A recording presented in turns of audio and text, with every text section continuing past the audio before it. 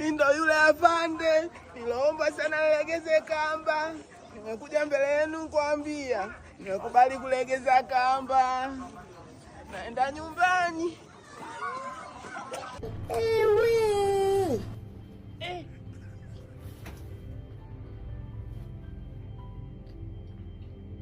Halo?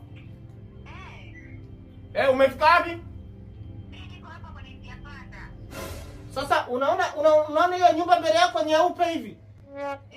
Nyosha moja kwa moja, njoo ndani. Njoo ndani.